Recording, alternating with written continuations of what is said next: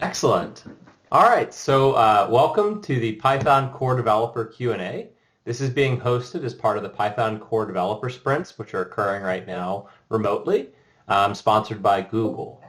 So this is an opportunity for the community to ask questions of the Python Core developers and have them answered. Is this the first one of these that's been done live in any capacity?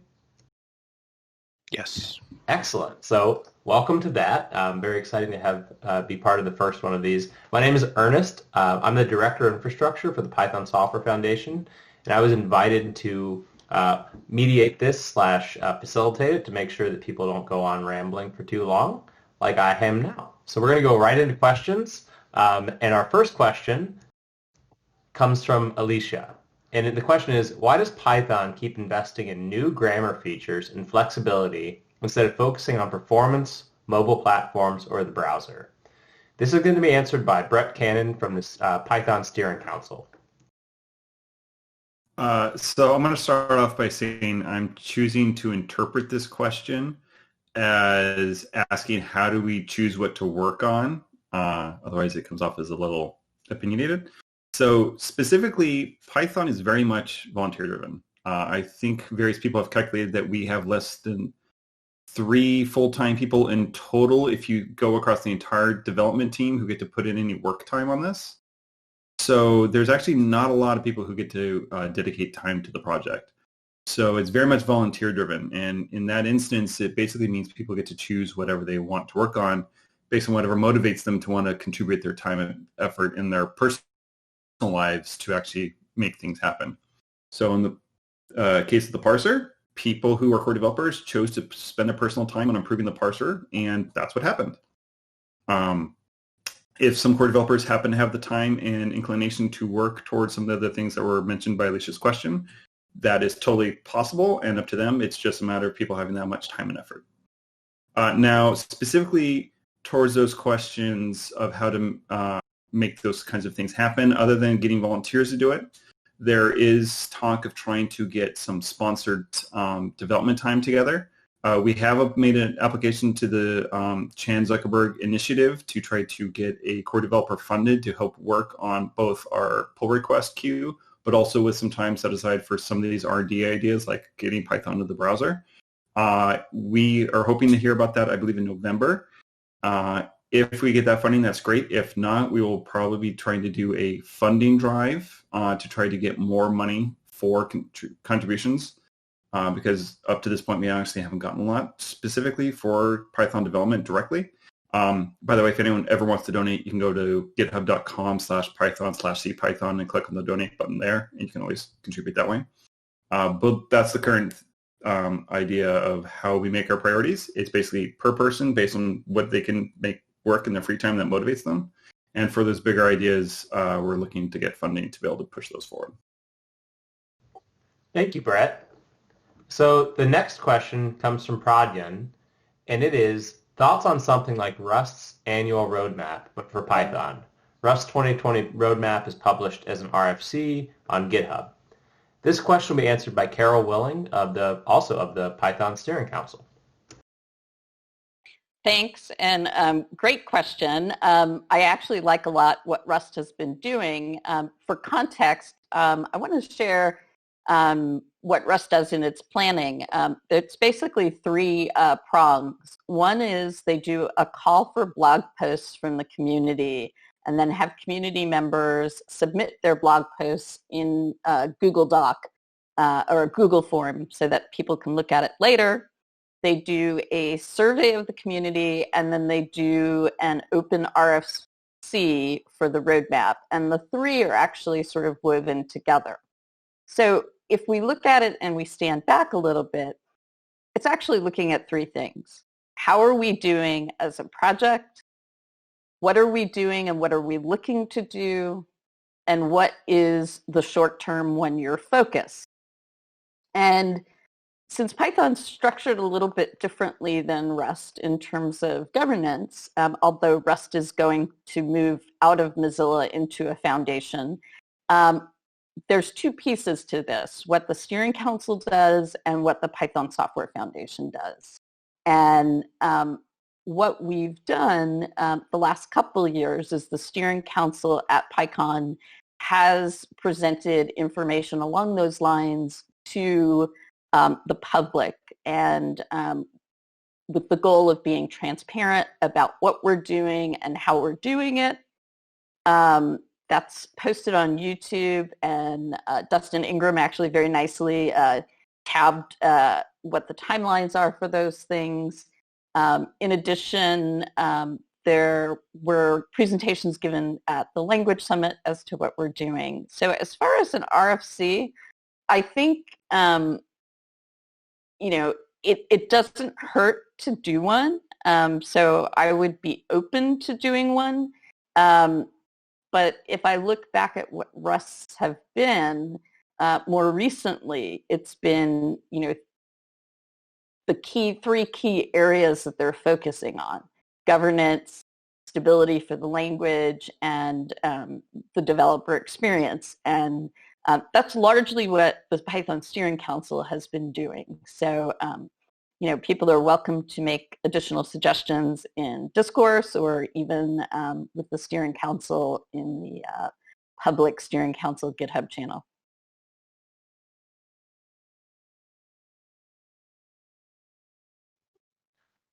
All right. Thank you, Carol.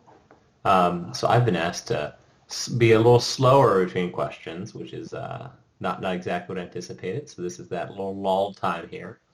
So the next question we have comes from Daniel Butler. And the question is, what was the hardest step for you to become a core dev? This is going to be answered by Mariana and Joanna. I actually don't know how to say that name, but go ahead and take up that answer. Right. Can you all hear me well? Yep. Yeah, okay. So Joanna is not here. She has a last-minute conflict, so I will answer this question. The hardest thing to do to become core developer for me, maybe you think it's something else, but it's finding the time to do it. Becoming a core developer or a maintainer of open source project, any project takes free time. I don't have a lot, balancing between work and life and family and open source. It's still something I'm trying to learn how to manage. It's still something I haven't figured out how to do well. But that's basically, it's time. It's not the knowledge of C or the programming language. If you have time, you can do that, but finding time is hard. So that's that. That makes sense. Thank you, Marietta. So our next question comes from Aksh, and the question is it a necessity to have good knowledge of C to contribute to even the standard library? And Kyle is going to answer this question. Kyle? Yep, so as a core developer that was recently promoted 6 months ago, based pretty much entirely on my contributions in Python and to the documentation, it's definitely not necessary to have a strong proficiency with C. That might have been true, in the earlier days, like if you go back 10 years ago in C Python development. But nowadays you can contribute very meaningfully, even without having a strong programming background to the documentation, or, if you're mostly familiar with Python, there's constantly moving code over there. So while it does open up a decent number of issues if you know C, it's by no means a necessity. Thank you, Kyle. So the next question was asked anonymously, which is very exciting. What do you plan for the overwhelming number of new features, like PEP 637, 638, 622, etc.? This is going to be answered by Tomas of the Steering Council. Hi. So yeah, I'm first going to apologize if my cat starts wailing because he wants to get into my room and I don't want him in right now, even though I'm sure everyone would prefer to look at cat pictures instead of me. I interpreted this question in the way I think it's meant, which is I'm worried about the amount of new features and I'm worried that they will be overwhelming. We don't have a specific plan about the 3 features listed in the questions, but PEP 637, 638, and 622. We don't have a overall plan on all the individual features that are being proposed. We do look at each of the features, each of the proposals, each of the change requests in their own merit and try to evaluate them that way.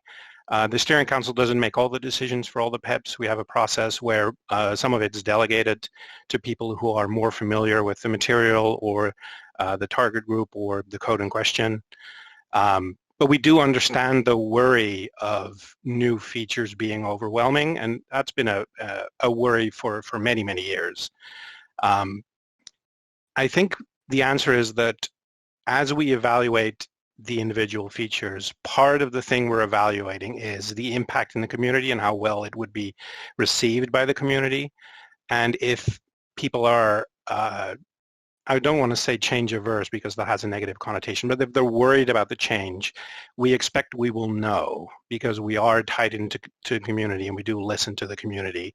And that will be part of that evaluation of whether a particular feature is ready to be included in Python. We also relatively recently, as of Python 3.9, changed the release cadence. So we have a new Python feature release every year instead of every year and a half. And along with that, the deprecation cycle went from 1 release to 2 releases. So that's from a year and a half to 2 years. With more releases or faster releases comes fewer features per release. We're not, speeding up development. So each release will have fewer new features. It also means that it's easier to push back on a new feature and say, we'll just delay it for the next version, give people more time to think about it, to evaluate it. And we have actually done that with a couple of things that were originally proposed for 3.9 and they're postponed for 3.10. So I think those things will try to smooth out the wealth of new features coming on. Speaking for myself, I think there's a pretty high bar for adding a new feature to Python, and I don't think there's any certainty that either any of the 3 listed PEPs or any of the other PEPs will actually go into the language. I mean, there's a lot of effort behind creating the features and creating the PEPs and a lot of the discussion, but we are still very ready to say no, you don't think. Either say no or say not yet if we don't think the feature is right for Python or if it's not ready yet. And like I said, we do listen to the community. For instance, I'm always on the Python IRC channel on Freenode, and if a lot of people are worried about a particular feature, you should definitely tell us because we will listen to it. Thank you, Tomas. So our next question comes from Bernat, and it is, could we have some kind of up-to-date list of what active contributors maintain what parts of Python? It would be useful to see what parts need maintainers and who owns what. This is going to be answered again by Brett Cannon from the Python Steering Council.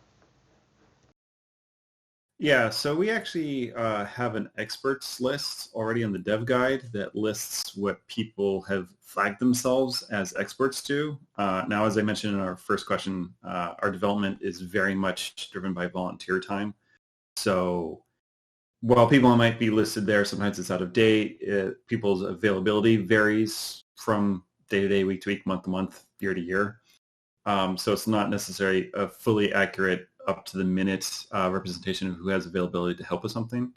We also have a code owners file for GitHub, which automatically adds people for reviews for new PRs that, once again, much like the experts list, is kind of dependent on core developers adding themselves to that list and keep that up to date. Now, having said all that, we are working towards moving our workflow for issues over from our Roundup issue tracker over to GitHub in the future.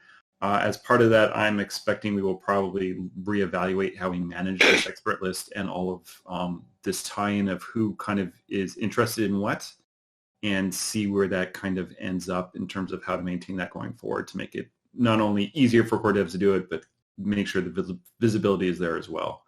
So I would say stay tuned to see how it's going to end up, and hopefully we're going to be able to improve it going forward.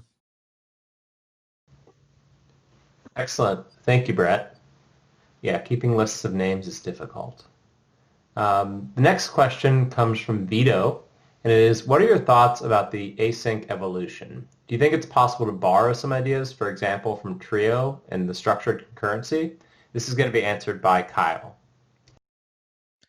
Yep, no, definitely going forward, we're constantly over on the Async.io side looking out for the latest APIs and Trio and, talking directly with some of the maintainers over there, such as Nathaniel, and figuring out what works and didn't work for them. In a ways, it's oftentimes like the alternative implementation service, a sort of testing grounds to see what might potentially work for us. And of course, there's going to be fundamental design differences, and our biggest priority is going to always be on backwards compatibility. But there's some specific active ongoing efforts over on the side of an upcoming Streams API for Async.io that's trying to unify as much as we reasonably can with a Trio streaming API. Thank you. So we have another exciting anonymous question, and that would be, would it be feasible to stop adding major features for a version such as 3.11 and divert all efforts to performance improvements? This question is going to go to Pablo. Hey, thanks for the question.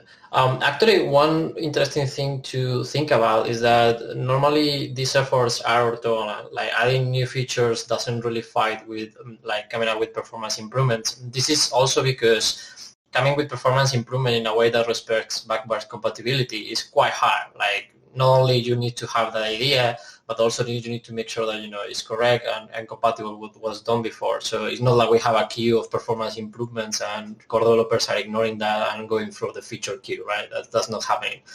For instance, yesterday we merged a PR that makes Python 3.10 up to 10% faster, and no feature was sacrificed in that regard. So in that regard, it's not that like a dichotomy, right?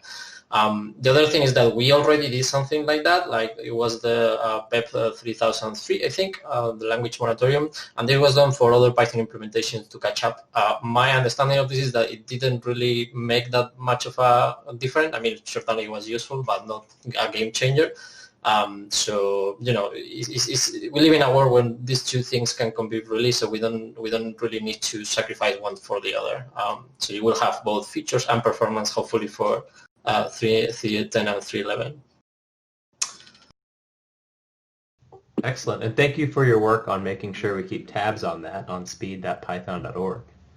The next question again comes from Pradyan, and it is thoughts on including a question like, what do you want changed in Python in the PSF JetBrains survey to help understand what the community wants? This will be answered by Steve Dower. Yeah, and I have some good news for you. That was actually a question this year. So I think you asked yours early enough that we managed to get it in there. I'm not actually sure who was responsible for that.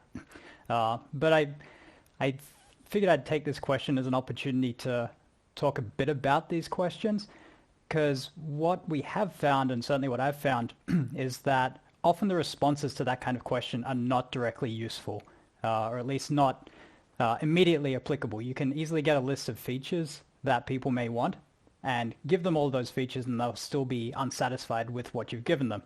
There's a lot that goes into a language like Python and a collection of core libraries that makes it work together, that makes it feel nice, that makes it incredibly functional, that you don't simply get by creating a checklist of what everyone has asked for. You can't do it with a menu. And so it's great we've got that question there. I actually asked this question to some colleagues at work last week to see what kind of answers we get. And every single response, I had to go and dig deeper.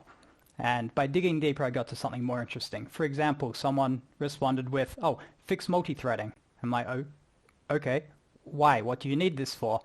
And the response was a paragraph-long story, and at the bottom of it, they were processing 100,000 files and trying to parallelize it. It's like, okay, this is far more interesting. What if we gave you something to help you parallelize file processing rather than simply fix multi-threading?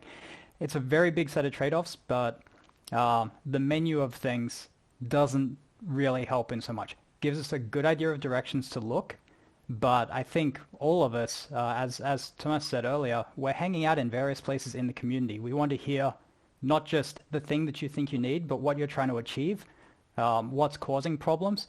And so we can bring all of that together between us in kind of events like this week when we get to discuss all of these things and figure out the commonalities, figure out applying some of the language and library designer magic that we have scattered throughout various people on the team to come up with an approach and a design that's going to work well for a lot of people. So the question's there. Look forward to reading all your answers, and we'll definitely take those as directions of things to look into. Excellent. Thank you, Steve. Next question comes from Lorenzo, and it is, what is your favorite upcoming Python feature, and why is it PATMA? And this will go to Brant. Hi, my name's Brant Bucher. I'm one of the authors of PEP 622 and 634. This is kind of a strangely worded question, but I chose it because the premise holds for me personally. I kind of have two answers. So first, I want to clarify pattern matching is proposed, not upcoming. It may never see the light of day, but with that said, I certainly hope that it does. Pattern matching is my favorite new proposed feature because it introduces a really powerful new paradigm for control flow. And so while strictly it doesn't make anything possible that wasn't possible before, the expressiveness of the new syntax really encourages you to think about solving certain classes of problems differently. And I think that's really cool. So the opportunities for declarative logic to take the place of imperative logic and for the compiler to do a lot of the hard work for you under the hood is really exciting. And I think that, honestly, this is the most clean, expressive new control flow construct since the with statement and exception handling before it. And if you haven't used it, it's honestly quite magical to use for the first time. And when you go back to your day job using Python 3.8, you kind of start to miss it. So that was kind of my first answer. My second answer is on a personal level. I'm excited for it because I've been part of a team that's been researching and developing this for several months. So since Guido nerd sniped me back in, I think, March, we've crawled over hundreds of mailing list posts, surveyed dozens of other languages and libraries, and written thousands of lines of code. So if accepted, it will be the culmination of a lot of hard work and also the opportunity for exciting new projects, improving it and maintaining it in the future.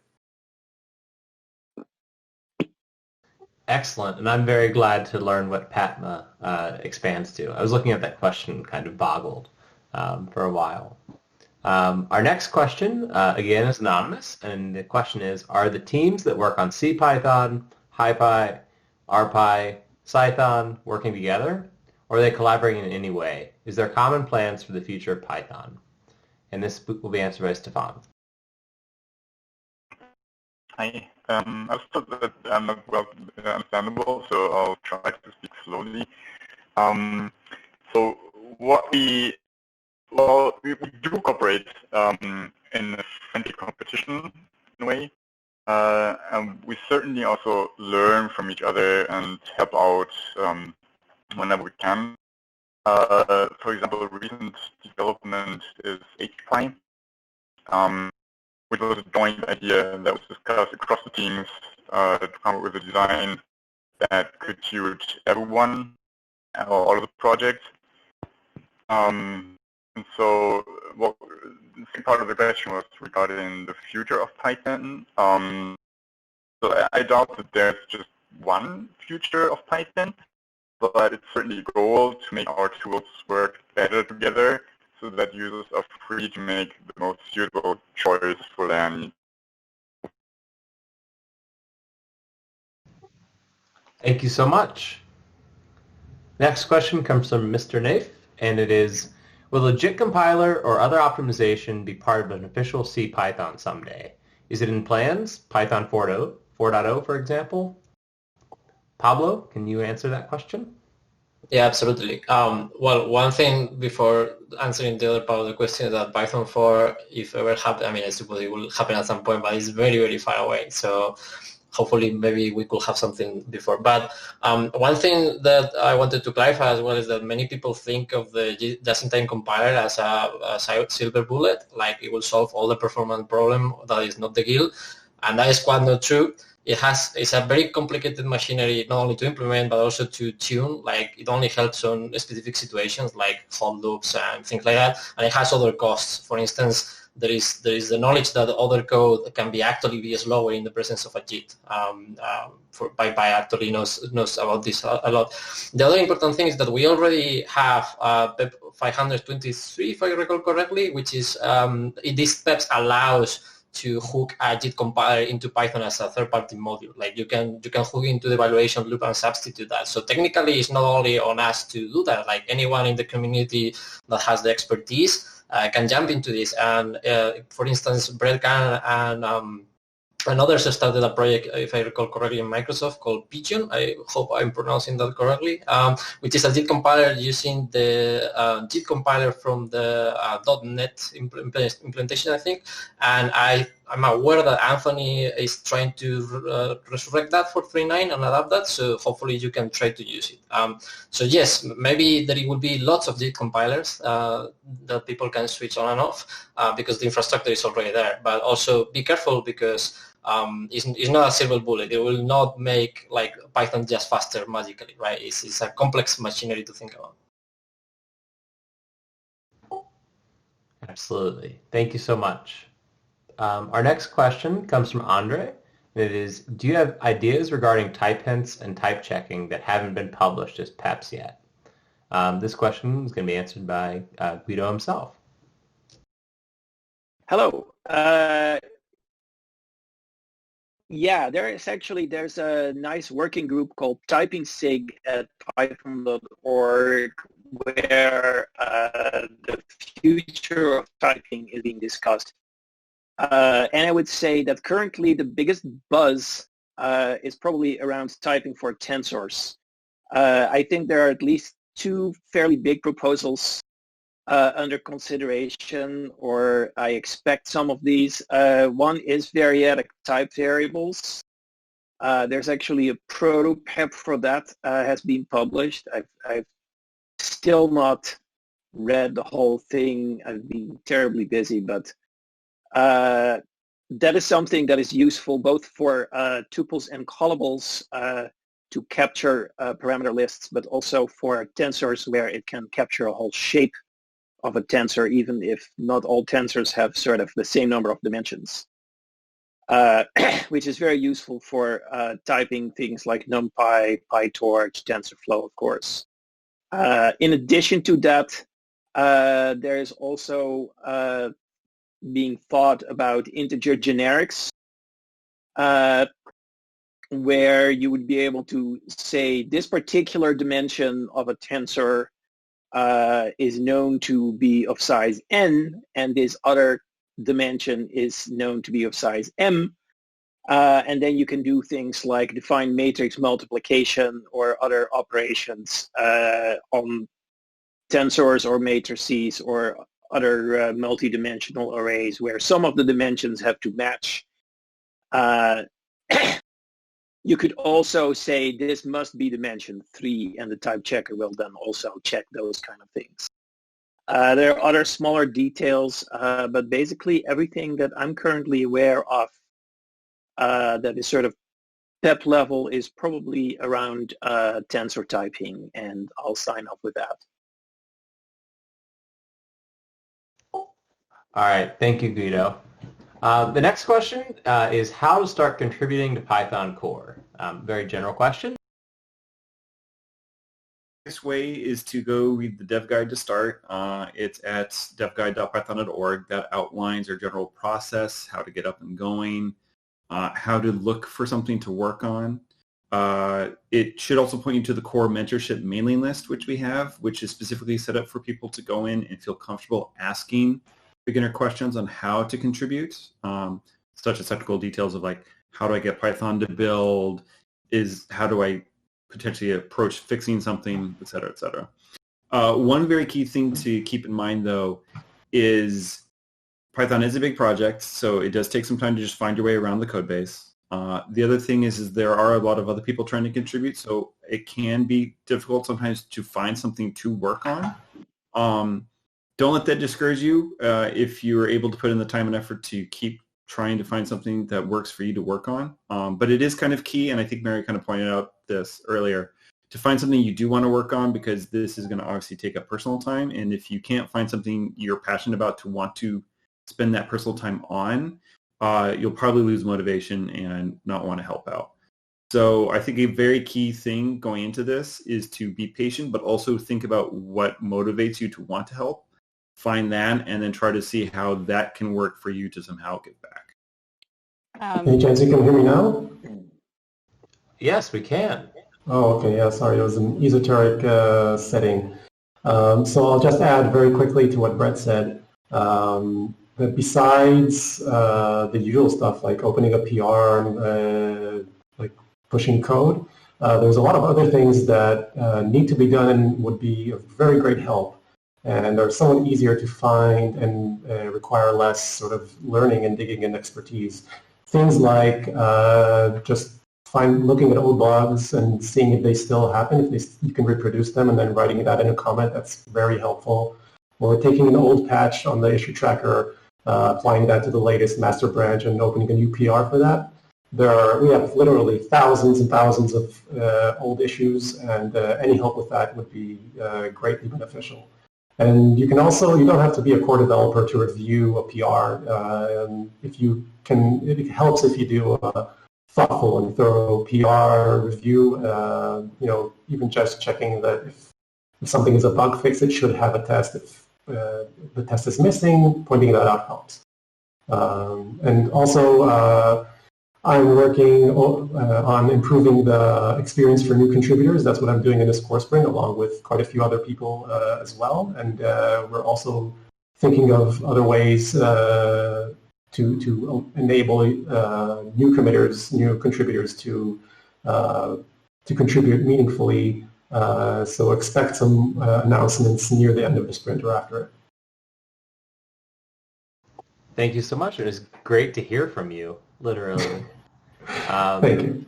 Our next question is, how has becoming a core dev changed your life?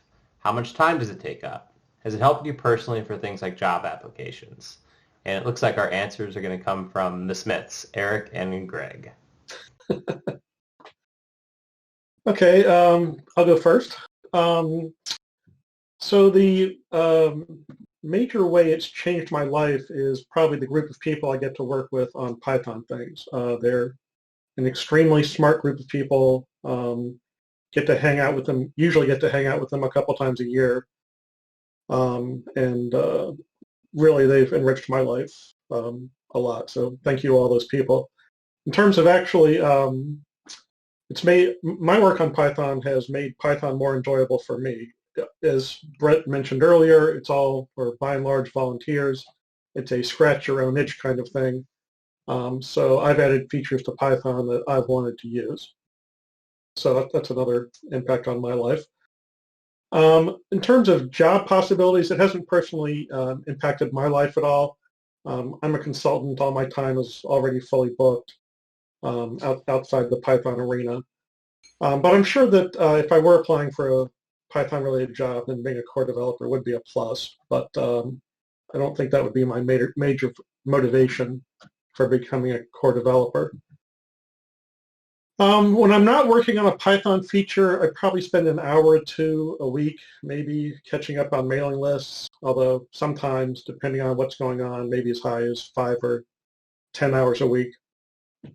And as was mentioned earlier, all this comes out of personal time, so that's, sort of a big commitment. When I'm really working on features, I was thinking back to F-strings, for example. I probably spent 250 hours, I'm guessing, implementing F-strings, and that includes discussions on Python ideas, discussion on Python dev mailing list, designing it, writing the PEP, learning how the parser worked in Python, because while I do a lot of work with parsers, how Python actually works internally was a steep learning curve for me. And figure out how to wedge in F-strings, which are sort of this hybrid thing, into that took quite a while. And then actually implementing the feature, writing the tests, landing the feature, and ultimately documenting the feature. So it's a fairly big time commitment. It's probably over 3 or 4 or 5 months. And data classes, not quite as complicated because it was all in Python. And I probably spent 150 hours, I guess, doing all those same sorts of things for writing data classes. Greg? Hi. The other Smith, no relation. So for me, becoming a core developer, I think that was probably 2002 or 3-ish. I didn't really plan on it. I was kind of inducted in the terms of, oh, we want to put this module in and we need a maintainer. So yes, I'm the maintainer. Sure, I'll do that. But what really happened after that is it kind of opened my eyes that I could actually have opinions on language design and how they work. I think the conversations around that time that were going on were about adding, comprehensions and generator expressions to the language. It's the first time I'd actually thought about a language in a sense of a language that could evolve and change, so it was very neat. So, I was there to maintain a library. I did that. A lot of scratching my own itch has been my motivation, so I created HashLib just because I saw a future where we needed a bunch more hash functions, and top-level modules didn't really make a lot of sense for an ever-growing list. And beyond that, I guess part of the question is, how has it impacted my job prospects, stuff like that? For me, that was never really why I started doing this. I did it because I liked using Python. I'd been using it for several years before then, in various jobs. I think, the last time I changed jobs, it was basically just kind of one of those footnote items on my resume. Oh yeah, I'm a Python core developer. I would definitely promote that more highly these days if I were to, go at that kind of thing again. But I don't think that's it's not likely to be an only thing that gets you a job, but it really depends on your situation in life. Like in some circumstances, it may be good. These days, I actually am on a Python team at work. But that wasn't why I started there. That came on later. It's like, oh, it makes sense. And we actually have a team dealing with Python stuff. It seemed like a natural fit. So I work with Thomas, who's one of the other mini squares I see on my screen. And really, it continues to be a lot of scratching our own itch. So my work on subprocess is because we were having major issues with the existing implementation of that at work. And same for other themes I've done, like making things work better on 64-bit platforms when that wasn't actually that common. Now that's what we're using. So hopefully that answers your question. All right, thank you both. Next question is, have you thought about giving the programmer a choice on whether to forgo some dynamic flexibility for performance and use declared types, explicit casts, etc.? And we're going to throw this over to Guido again. All right. Yes, I thought about that continuously because people always ask for that. And for, 25 years or so, I thought that was just not where Python ought to be going. I'm still somewhat skeptical, but there is now actually a tool that can do some of this. There have been various attempted compilers, but there's actually a tool that makes non-numeric, non-array oriented code quite a bit faster. It's called MyPy-C. You may have heard of MyPy, the type checker. Well, the author of MyPy, the original creator and still the lead maintainer, Jukka Lähtisalo, a few years after creating MyPy, or maybe contemporaneously, in the back of his mind, came up with the idea of using the sort of part of MyPy that analyzes your source code looking for type annotations to generate C code that is actually optimized. And with the help of a few other people, I should mention Michael Sullivan. We also had a few summer interns work on this project at Dropbox over the past few years.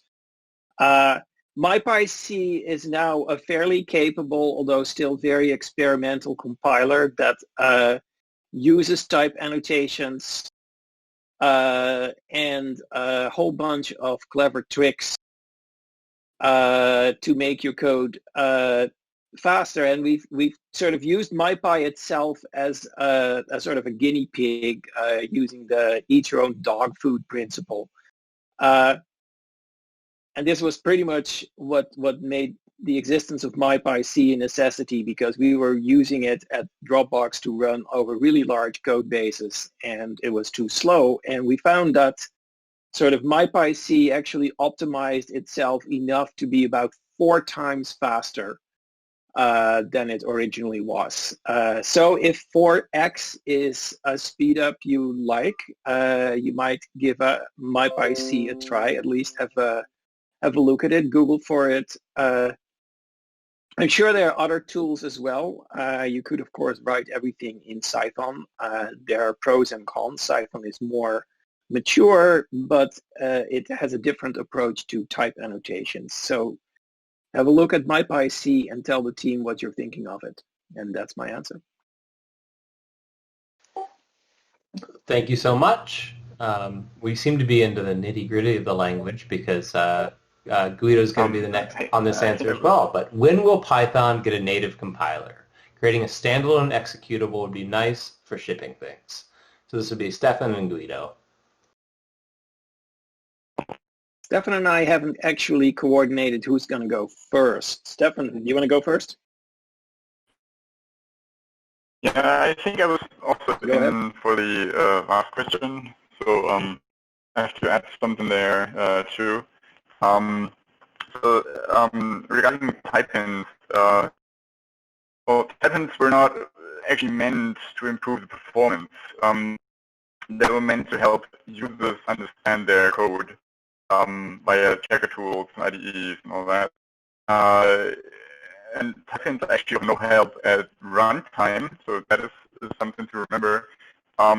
They don't help you at runtime because at runtime you know the type anyway, you have it in your hand. But they can make a difference, and that's what you said, Guido.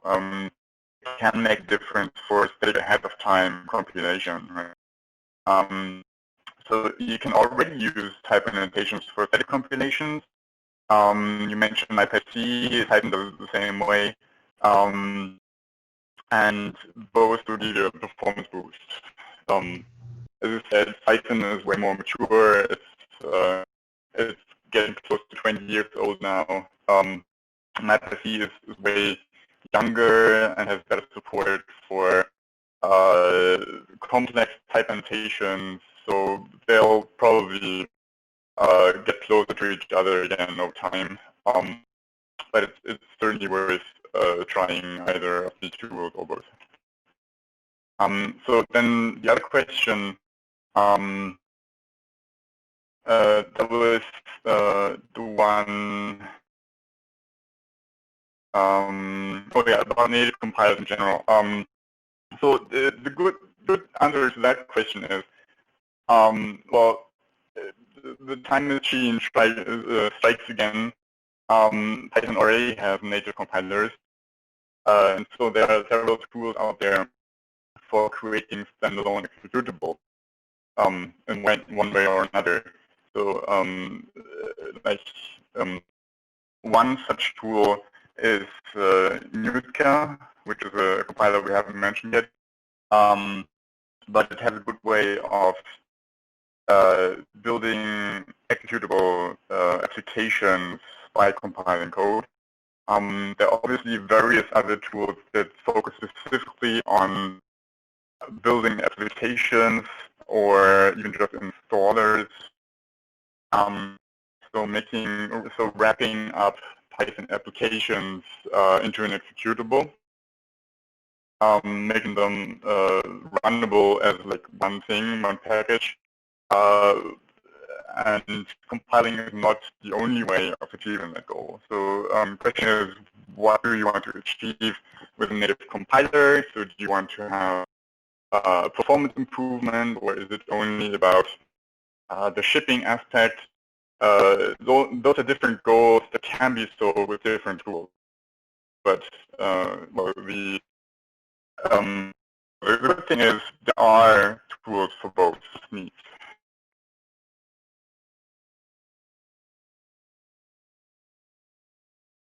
Thank you, Stefan. I don't actually have much to add to that. The only thing I would add is that for those people who are not looking for native compilers and who actually like the fact that Python is interpreted, dynamic, runtime introspectable, monkey patchable, those things will never go away.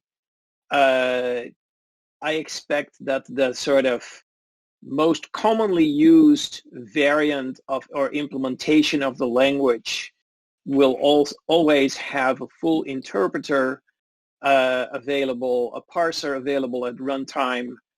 It will basically work as CPython does now.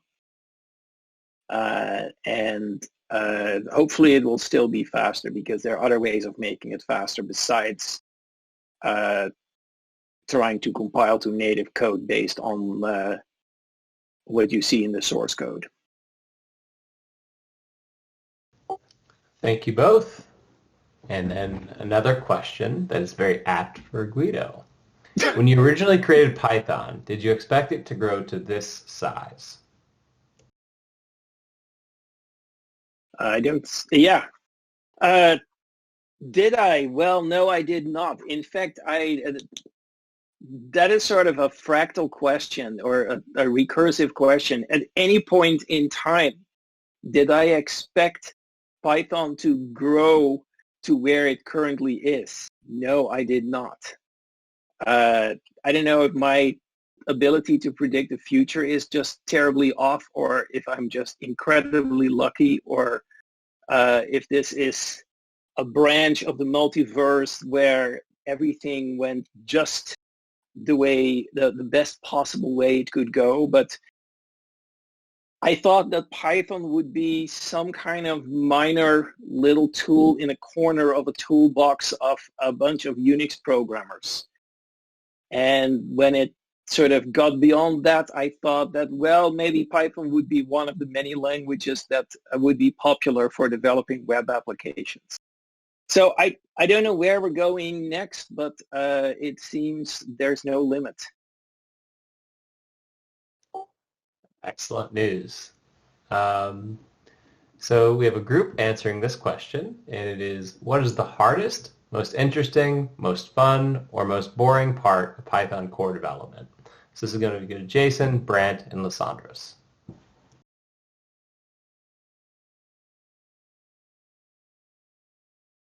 I don't think Jason is on the stream. He had a conflict. I'll go ahead and on answer to Brant then. When I was thinking about this question, I found that most of the hardest, interesting, fun, boring parts of Python core development are largely overlap with the most interesting, boring, hard, fun parts of just software engineering in general. So the hardest things are, for me personally, trying something and failing, because that happens a lot. So especially really early on, one of my first times that I tried contributing, I tried to make a small optimization where if the ref count of a given list was 1, then adding another list to it would just modify the list in place instead of having to perform a copy. And it did show speed up in some micro benchmarks that I had carefully crafted for that patch.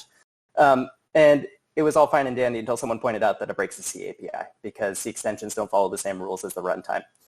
And that was a bummer, but you move on and you eventually do find things that people really want that actually do make a difference, and that's what's really, really exciting. In terms of most interesting, I think that just listening or being a part of discussions, even if you have no interest in future features for Python, just subscribe to the Python Ideas mailing list, because often there are so many side discussions where you just learn random things about Python or math or whatever tangent they end up getting on. And I always find those discussions interesting. And similarly, during the sprint last night, there was a really interesting discussion happening about garbage collection that I just creeped on, and I was just watching the discussion unfold, and I learned a lot just by listening to these people talk about garbage collection. And for the other two, was it most fun and most boring? fun, writing code, obviously. And most boring is waiting, just doing nothing, waiting for someone to review a PR, waiting for for the code to compile, waiting for a test run to complete. So again, it largely overlaps with just the different aspects of software engineering in general.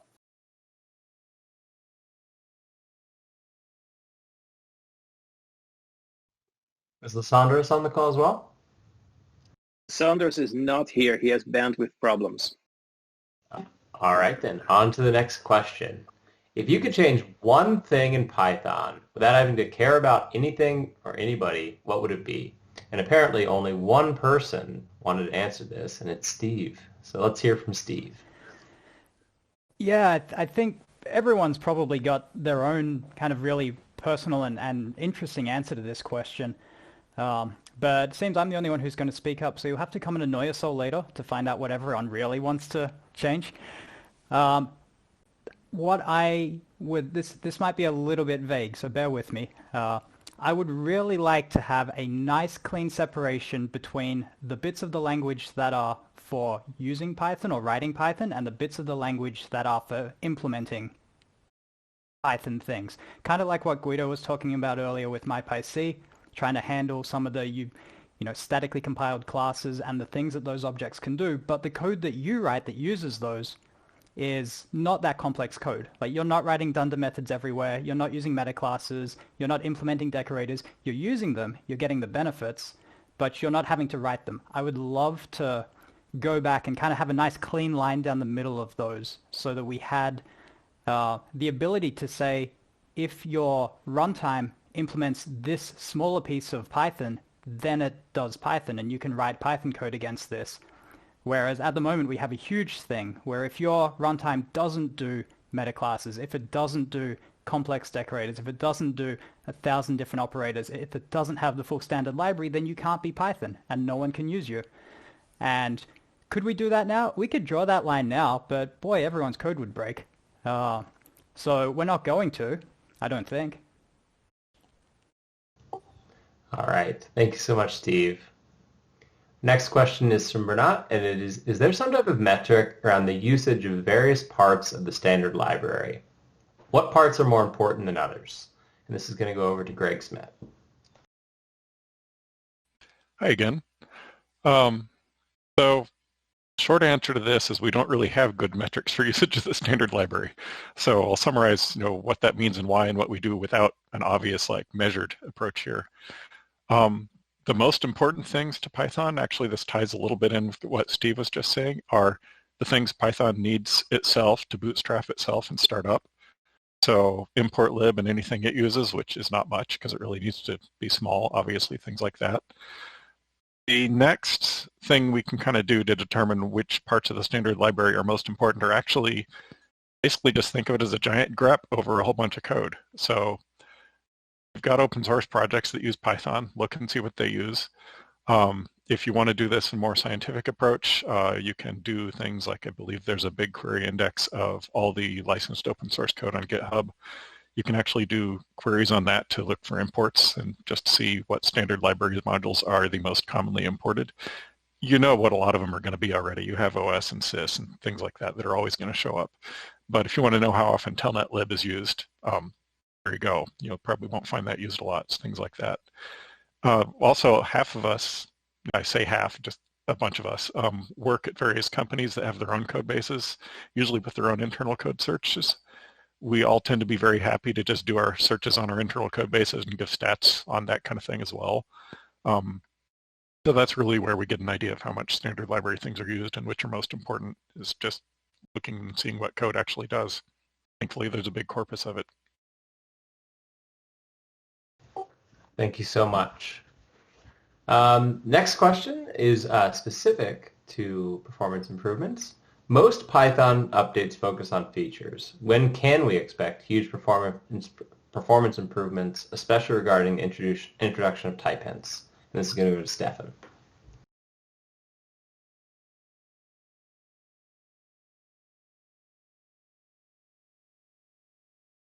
That was the question for me.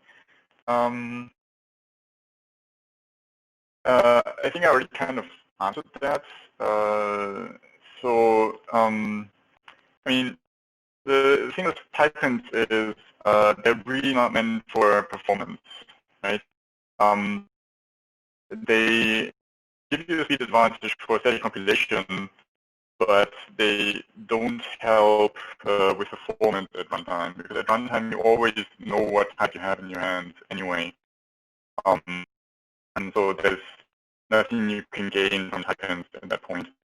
But I mean, you can, so if you're interested in greater performance for Python programs, one way of getting that is static compilation. Because there are ways, there are compilers these days that allow you to speed up your Python code by compiling it to native code and by making use of type annotations for speeding it up. And you already mentioned MyPyC, the probably more well-known compiler is Python, which has a pretty large user base of people who want to write code in Python because they like the syntax and the semantics and it's easy to use, and they still need performance at the native level.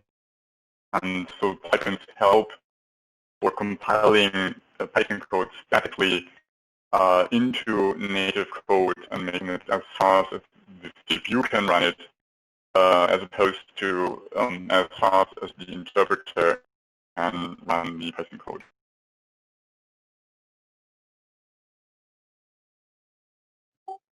All right, thank you. So next question is, when is it appropriate to utilize name mangling?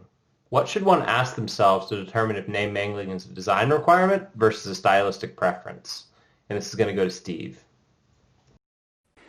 Yeah, so I'll answer the question directly and then go back and go a little deeper. And I'm assuming that name mangling here is the two leading underscores on a member name. Ultimately, there isn't any other form of name mangling in Python. There's naming conventions, but if you put two underscores at the start of an attribute on a class or an object, on a class to be precise, it's going to mangle the name slightly. You would do that to avoid subclasses accidentally overriding your value or superclasses. So when you make an inheritance hierarchy, you start with one class and you'll make a subclass of that, and as complicated as a graph as you like of base classes and subclasses. But when you make an instance of that object, there's only one dict. There's only one dictionary for that instance that contains all of the attributes, all of the members of that, which means that any of those classes could assign to an attribute on self, and they're all writing in the same dictionary, so they can overwrite their own attributes.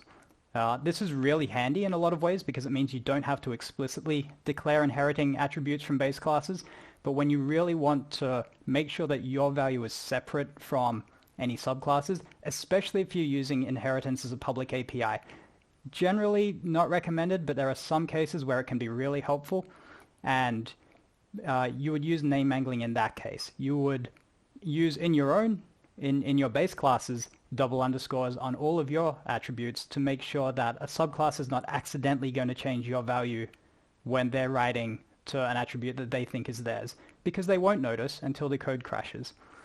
There's a number of other places where a single leading underscore has implied meaning or is understood as a common convention for making things private, or don't touch this, or this is not supported. Those are all conventions. Name mangling is the double underscore on an instance attribute, and you'd only use it in a inheritance hierarchy. All right, thank you. Our next question is, why does the GUI, or graphical user interface, made with Python look so outdated? And this is going to be answered by Terry. Well, appearance depends upon the operating system, the GUI framework, and how one uses it. Based on my experience with IDLE and tkinter, there's at least 4 barriers to making things better. One is back compatibility to use the TTK widgets, which look better. we had to make TK 8.5 a requirement for idle. Second is that stability is a virtue. If we keep moving things around in different dialogues and whatnot, users will get upset. Well, where can I find this? Where can I find that? So every change has to have some corresponding sufficient value, plus the factor that new code can always make a regression or just act differently and surprise people. A third factor is priorities. Bug fixes and new features or changing features, it seems to be more important, well, at least to me and to users, than mirror appearance changes. The fourth thing is that appearance evaluation is subjective, and even if I and another developer agree, well, this should be improved, too often we don't agree on, well, what would be the better choice? And sometimes the status quo wins just because we haven't yet agreed on what to make better. Thank you. All right. So we're getting to the end, but we have a few more questions. The next question is, why the language is so flexible but still slow? And so this is going to be fielded by Neil. Hi. Yeah. Wasn't expecting to answer this one, but I guess we had more time than we expected. So I think the flexibility was one of Guido's original goals for Python, basically to make the implementation quite visible to the end programmer so that you can inspect things or hook into things. Monkey patching is a term people use for like overriding something internal. I think the question is a bit confusing because basically Python is slow because it's so flexible. So it allows you to do a lot of things that in other programming languages you wouldn't be able to do, and that's very helpful when you're doing some debugging, or if you're doing some experiment, you need to try something out and override some function in some library, or look at some data in some class that would, in other languages, it would be private and you wouldn't be able to look at it, whereas in Python you can look at almost everything. So yeah, I would say it's slow because it's so flexible. Well, that's the kind of short answer to that.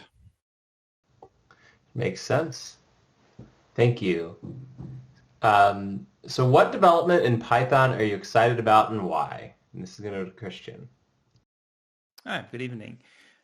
So this question was originally assigned to Joanna, and Joanna is actually one of the reasons why I excited to work on Python. She was our first scholar from Africa. So I get the opportunity to meet people from all over the world and work with highly talented and smart people from different countries. I get to see community events, so I love to go to conferences. So you probably see the collection of badges behind me, these events I gave talks at over the last couple of years. And just the thing, so having this big and fantastic community using Python for all sorts of things, from data science, web development, automating systems, to teaching kids how to program. This is what makes me excited about Python. So I started using Python 18 years ago. I became a core developer, I think like 12 years ago. And we didn't anticipate how Python was going to use from levels like teaching kids in kindergarten to running simulations to detect like the black hole. So if you've seen the picture of the black hole last year, that was mostly powered by the scientific stack and Python.